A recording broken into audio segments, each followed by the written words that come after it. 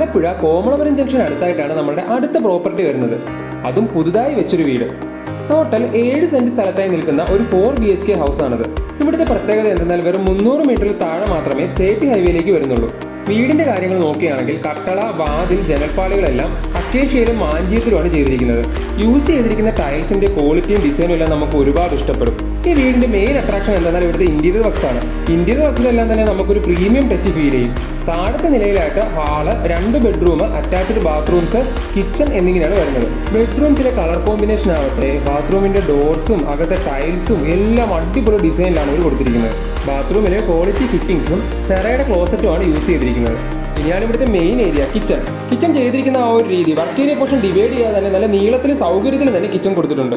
മുകളിലേക്കുള്ള സ്റ്റെയറിന്റെ സ്റ്റൈലും അട്രാക്റ്റീവ് ആണ്. ഒരു വുഡൻ കളേർഡ് ടൈൽസ് ആണ് യൂസ് ചെയ്തിരിക്കുന്നത്.